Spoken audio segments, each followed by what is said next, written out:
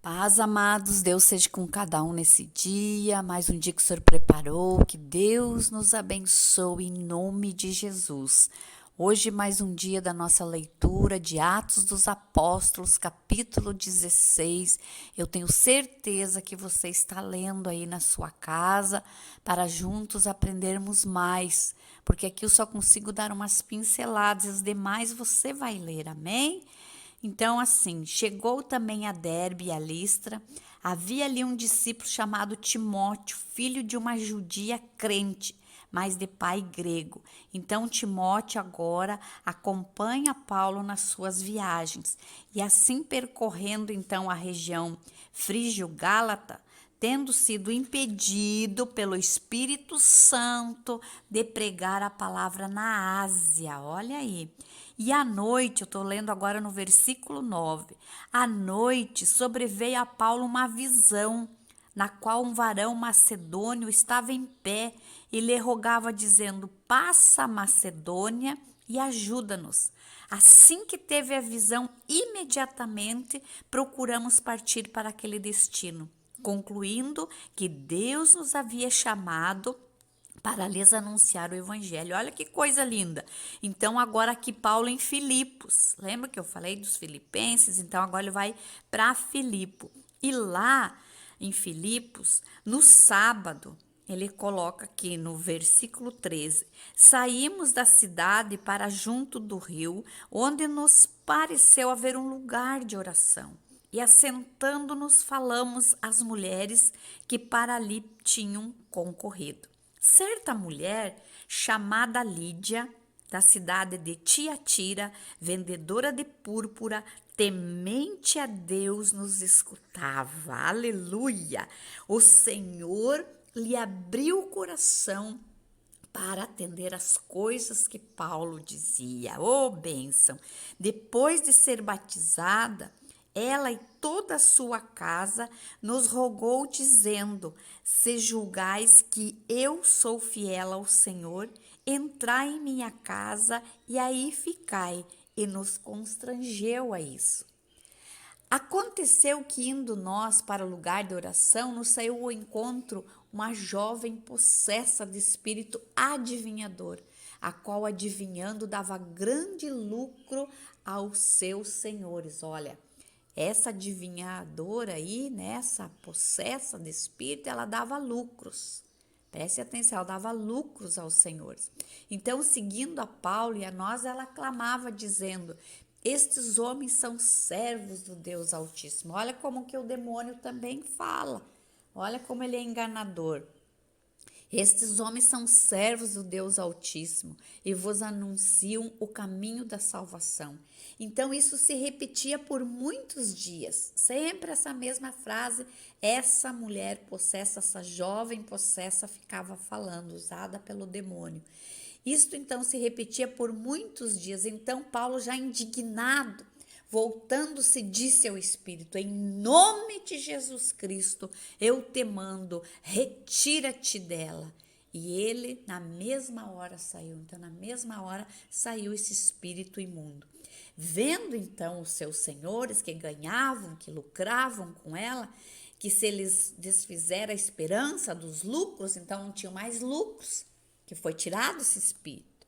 Agarrando em Paulo e Silas, os arrastaram para a praça à presença das autoridades. Levando-os aos pretores, disseram: estes homens, sendo os judeus, perturbam a nossa cidade. Olha só que coisa, que mentira, né? Levantou-se a multidão, unida contra eles, e os preletores, rasgando-lhes as vestes, mandaram açoitá-los com varas. Senhor! E depois de eles darem muitos açoites, os lançaram no cárcere, ordenando ao carcereiro que os guardasse com toda a segurança. Jesus! Este, recebendo tal ordem, levou-os para o cárcere interior e lhes prendeu os pés no tronco. E olha que coisa linda agora, mesmo preso, mesmo naquela situação, por volta da meia-noite, Paulo e Silas oravam e cantavam louvores a Deus, e os demais companheiros de prisão escutavam. De repente sobreveio tamanho terremoto que sacudiu os alicerces da prisão. Aleluia! Abriram-se todas as portas e soltaram-se as cadeias de todos. Olha só, oh glória! O carcereiro despertou do sono e, vendo abertas as portas do cárcere, puxando da espada, ia se suicidar, supondo que os presos tivessem fugido. Oh, meu Deus! Mas Paulo bradou em alta voz: não te faças nenhum mal, que todos aqui estamos. Então o carcereiro, tendo pedido uma luz, entrou precipitadamente e trêmulo, prostrou-se diante de Paulo e Silas. Oh, meu Deus! Depois, trazendo-os para fora, disse: Senhores, que devo fazer para que seja salvo? Respondeu-lhe: oh, meu Deus, glória a Deus, pega aí, meu irmão, crê no Senhor Jesus e será salvo, tu e tua casa. Aleluia! Tu e tua casa será salvo em nome de Jesus. Naquela mesma hora da noite, cuidando deles, lavou-lhes os vergões dos açoites. A seguir foi ele batizado e todos os seus. Oh, coisa linda! Então, levando-os para sua própria casa, olha só, lhes pôs a mesa e com todos os seus manifestava grande alegria por terem crido em Deus. Olha aqui, amados, ele, o carcereiro, levou eles para a sua casa e lá os serviu. Oh, meu Deus! Paulo e Silas, então, livres da prisão.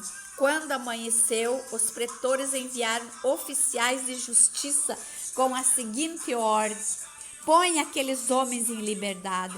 Então o carcereiro comunicou a Paulo estas palavras. Os pretores ordenaram que fossem postos em liberdade. Agora, pois, sai e ide em paz. Paulo, porém, lhes replicou: sem ter havido processo formal contra nós, nos açoitaram publicamente e nos recolheram ao cárcere. Sendo nós cidadãos romanos, querem agora as ocultas lançar-nos fora? Não será assim. Pelo contrário, venham eles e pessoalmente nos ponham em liberdade. Os oficiais de justiça comunicaram isso aos pretores, e estes ficaram possuídos de temor quando souberam que se tratava de cidadãos romanos. Então foram ter com eles e lhes pediram desculpas, e, relaxando-lhes a prisão, rogaram que se retirassem da cidade. Tendo-se retirado do cárcere, dirigiram-se para a casa de Lídia, e vendo os irmãos, os confortaram, então partiram. Aleluia! Oh, meu Deus! Oh, Jesus! Escuta esse louvor, aleluia!